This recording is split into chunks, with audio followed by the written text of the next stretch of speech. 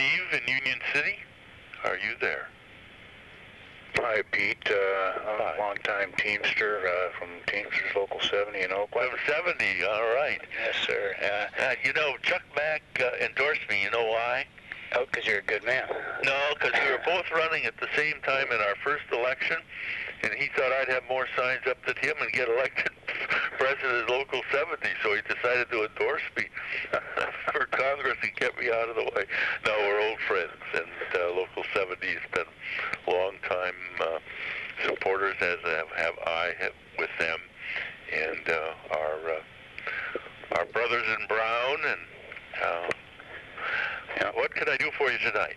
Well, I'm really concerned about the assault on the middle class that's going on by Republicans right now. It's almost criminal. In fact, I think you could consider what Wisconsin did is criminal, and other governors who are attempting the same outcome through different means. And I'm wondering, I haven't heard a lot of Democrats on our side really with any discernible plans on how they can fight this in the political arena. And I'm hoping that among yourselves you're coming up with some, and the labor unions, that you're coming up with some sort of strategy to fight this. Well, we have it in the Bay Area, but unfortunately,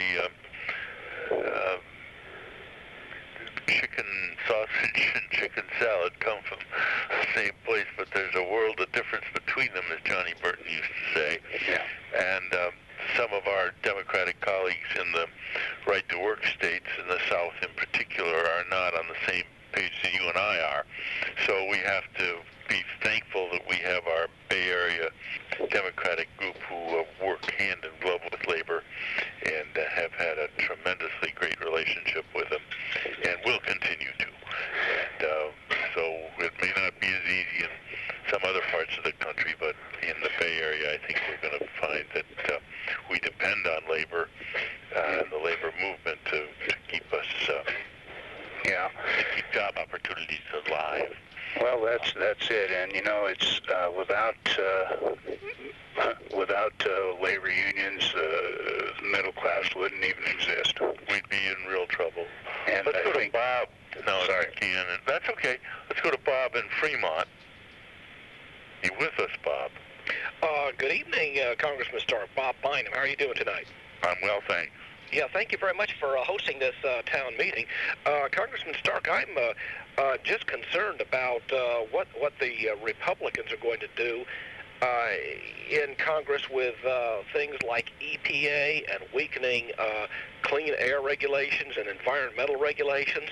And and articles I read in the Wall Street Journal by guys like Karl Rove talk about how the Republicans are going to take back the Senate and the White House in 2012, and I'm just concerned we're going to undo a lot of these environmental regulations we've put. Well, that certainly would be the plan of the Republican Party, and I hope that we can frustrate that. So it's not going to happen with, as you know, Democrats in the Bay Area, and you and I have been talking about these issues for a long time, and you've been very involved.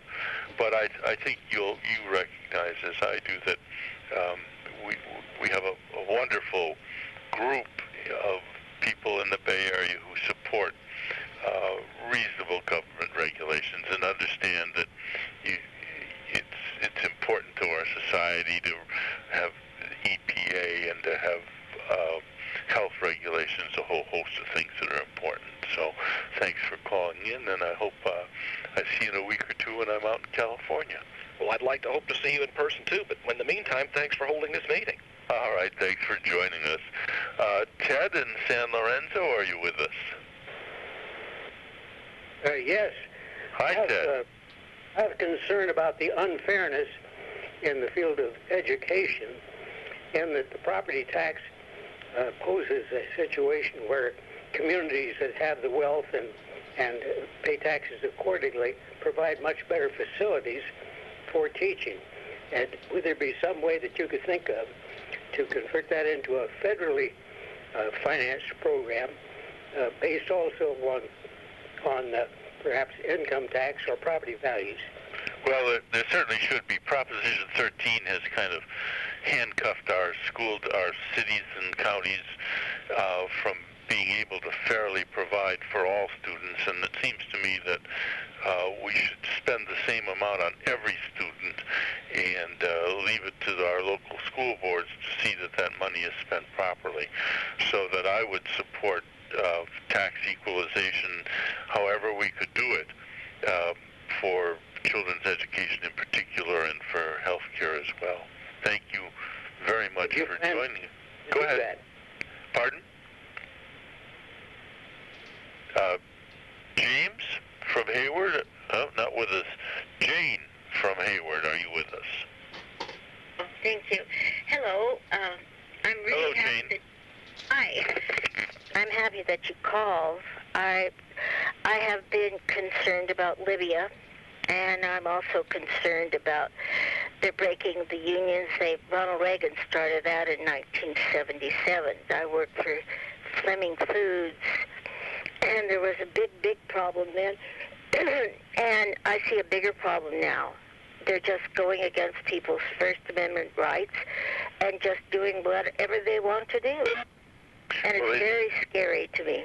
It certainly is, and of course it's no secret that my friends across the aisle are bent on destroying unions wherever they can, and we'll just have to stick together to see that that doesn't happen, because that's the backbone of fair employment in the middle class in this country, and we need to keep them with us. Margaret from Fremont, are you with us?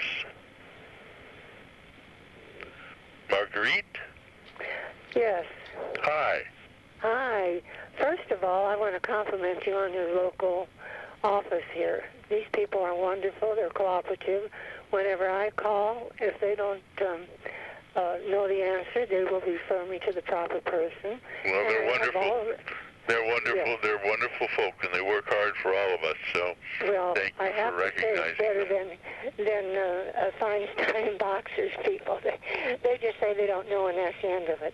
Anyhow, that's not what I wanted to speak about. But one thing I object to: these seniors coming in from other countries. I don't object to them coming, but I thought that SSI was for only people of low income. That is not the case. I know of people who are very wealthy in their country. I know of one family that owned a whole island in the Philippines. And when the mother came over here, I don't know how long before she was on SSI. And of course, they don't ever leave a money trail. They don't put their money in the bank or anything. She got they have to be here 5 years. I don't think my friend's mother was. Yeah. I think it was a very short time. Otherwise, but she got, free medical and everything. And, they're breaking the system. And we went to a meeting that was posted at the Senior Center for mainly Indians. And it was a Social Security representative who came to talk to these people to tell them how not to do anything to jeopardize their SSI. And these looked like wealthy people, well-dressed in jewelry and everything. He said, if you need a refrigerator or if you want a ticket to India, don't let people give you the money. Let them buy it for you. And whatever you want, don't let them give the money, spend it on whatever you need, because else you're going to lose your SSI. They would lose it if they had. Pardon me? If they had assets, they don't have to include their living quarters, so that's right. And but as I say, we try to treat everybody as fairly as we can, and we don't want to see anybody suffer unfairly. So